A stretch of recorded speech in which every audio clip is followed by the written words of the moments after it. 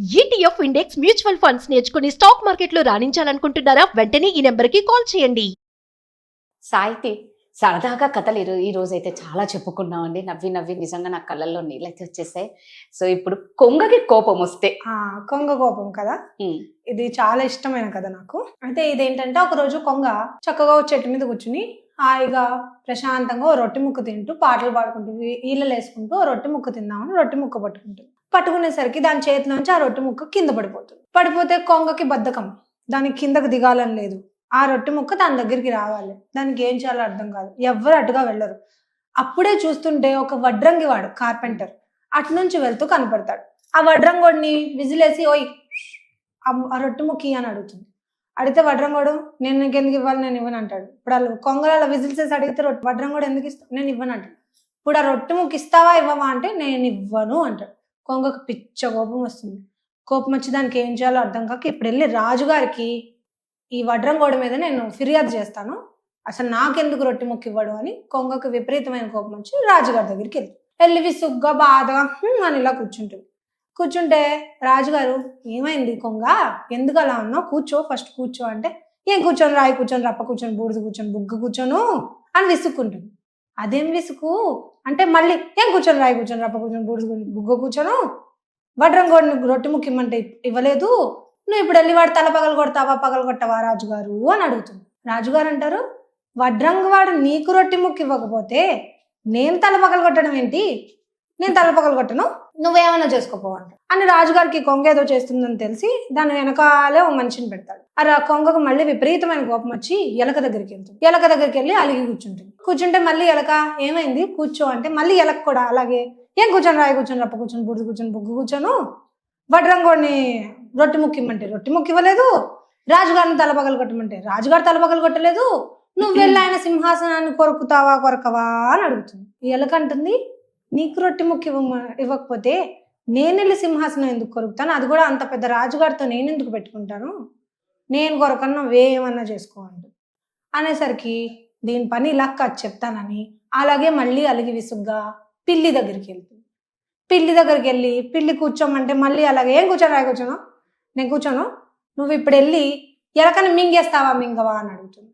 పిల్లి అంటుంది, ఎందుకు మింగాలి అని అడుగుతుంది. అడిగితే వడ్రంగోడిని రొట్టె ముక్క ఇమ్మంటే రొట్టె ముక్క ఇవ్వలేదు, రాజుగారు తలపగలు కొట్టమంటే తలపగలు కొట్టలేదు, ఎలకని రాజుగారు సింహాసనం కొరకమంటే రాజుగారు సింహాసనం కొరకలేదు, నువ్వు వెళ్ళి ఎలకని మింగుతావా మింగవా అని అడుగుతుంది. పిల్లి అంటుంది, నేను మింగను, ఎలక నాకు బాగా క్లోజ్, ఆ ఎలక నాకు ఇష్టం, మేము ఫ్రెండ్స్, టామ్ అండ్ జెర్రీ లాగా మేము ఇద్దరం ఫ్రెండ్స్, మేము కొట్టుకుంటాం కానీ నేను ఆ ఎలకని చంపదలుచుకోలేదు, నేను మింగను, నువ్వేమన్నా చేసుకోపోవా అనేసరికి మళ్ళీ బాగా కోపం వచ్చేసి కొంగకి ఆ పిల్లిని పాలిస్తున్న అవ్వ దగ్గరికి వెళ్తుంది. ఆ పిల్లిని ఎవరైతే పెంచుకుంటుందో అవ్వ దగ్గరికి వెళ్ళి మళ్ళీ ఇలాగే అలా కూర్చుంటే ఏమైంది కొంగ, ఏంటి నీ బాధ ఏంటి, అసలు ఏంటి నీ ప్రాబ్లం ఏంటి, అందరి దగ్గరికి వెళ్తున్నావు, అసలు ఏంటి నీ గోళ అని అడిగితే అది మళ్ళీ ఏం కూర్చొని రాయి కూర్చొని రప్ప కూర్చొని బూడిద కూర్చొని బుగ్గు కూర్చొను, వడ్రంగోడిని రొట్టె ముక్క ఇమ్మంటే రొట్టె ముక్క ఇవ్వలేదు, రాజుగారిని వడ్రంగోడి తల పగలు కొట్టమంటే ఆయన పగలు కొట్టలేదు, ఎలకని వెళ్ళి సింహాసనం కొరకమంటే అది కొరకలేదు, పిల్లి నెల్లి ఎలకని మింగమంటే అది మింగలేదు, నువ్వు వెళ్ళి పిల్లి మీద వేడి పాలు పోస్తావా పొయ్యవా అని అడుగుతుంది. నేను ఎందుకు వేడి పాలు పోయాలా, అది నా పిల్లి, నీకు రొట్టె ముక్క రాకపోతే నేను వెళ్ళి నా పిల్లి మీద పాలు ఎందుకు పోసుకుంటాను, నేను పోసుకొని నువ్వు ఏదైనా చేసుకో అంటుంది. అనేసరికి కొంగకి ఇంకా కోపం వచ్చేసి వాళ్ళ ఆయన తాత దగ్గరికి వెళ్తుంది. అవ్వ వాళ్ళ ఆయన తాత అవ్విలా చేసింది. ఎలా చేసింది, ఏమైంది అంటే మళ్ళీ వడ్రంగోడు రొట్టె ముక్క ఇమ్మంటే రొట్టె ముక్క ఇవ్వలేదు, రాజుగారిని వడ్రంగోడు తలపగలు కొట్టమంటే తలపగలు కొట్టలేదు, ఎలకని సింహాసనం కొరకమంటే అది కొరకలేదు, పిల్లిని ఎలక మింగమంటే పిల్లి ఎలకని మింగలేదు, అవ్వని పిల్లి మీద వేడి పాలు పోయమంటే అవ్వ పోయలేదు, నువ్వు వెళ్ళి అవ్వని తంతావా తన్నవా అని అడుగుతుంది. నా పెళ్ళాన్ని నేనెందుకు తన్నుకుంటాను, నేను తనని ఏమన్నా చేసుకోవాలి.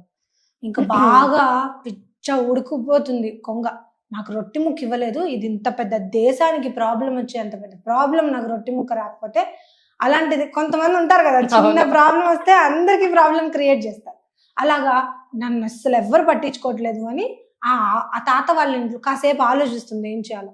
ఆలోచించిన తర్వాత ఆ తాత వాళ్ళ ఇంట్లో ఉన్న ఆవు దగ్గరికి వెళ్తుంది. అడిగితే మళ్ళీ ఏం కూర్చొని రాయి కూర్చొని రప్ప కూర్చొని బూడిద కూర్చొని బుగ్గ కూర్చొను వడ్రంగొండి రొట్టి ముఖ్యమంటే రొట్టి ముక్కు ఇవ్వలేదు, రాజుగారిని వెళ్ళి వడ్రంగొడి తలపగలు కొట్టమంటే తలపగలు కొట్టలేదు, ఎలకని సింహాసనం కొరకమంటే సింహాసనాన్ని కొరకలేదు, పిల్లిని ఎలకని మింగేయమంటే అది మింగలేదు, అవ్వని వేడి పాలు పోయమంటే అవ్వ పోయలేదు, తాతని అవ్వని తంతమంటే తాత తన్నలేదు, నువ్వెళ్ళి తాతని తంతావా తన్నవా అని అడుగుతుంది. ఆవు నేను తన్నను, తాత నా యజమాని, నేను ఎందుకు తంతాను అని కాళీలా విధిలిస్తుంది. నేను తన్నాను నా కాలు అని కాళీల దగ్గర పెట్టుకోవడానికి కాళీలా విధిలిస్తుంది. విధిలిచ్చినప్పుడు కాలు పక్కన తాత ఉంటాడు, టప్పని తాతని తంతుంది. తాతని తన్నేసరికి తాతకి ఆవు మీద విపరీతమైన కోపం వస్తుంది, కొంగ మీద ఆవు మీద.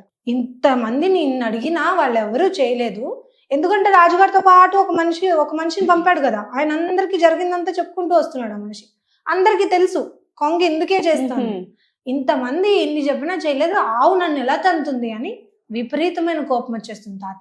కోపం వచ్చి ఆ కోపం ఎవరి మీద చూపించుకుంటాడు, పెళ్ళం మీద చూపించుకుంటాడు. వచ్చి వాళ్ళు ఆవిని కొడతాడు. వాళ్ళు ఆవిని కొడితే నన్నే కొడతాడా, నేను పిల్లి మీద చూపించాను అన్నాను కోపం, మా ఆయన నా మీద చూపిస్తాడా అని పిల్లి మీద వేడి పాలు పోసేస్తుంది. పిల్లికి కోపం వచ్చి పిల్లి ఎలకను మింగేస్తుంది.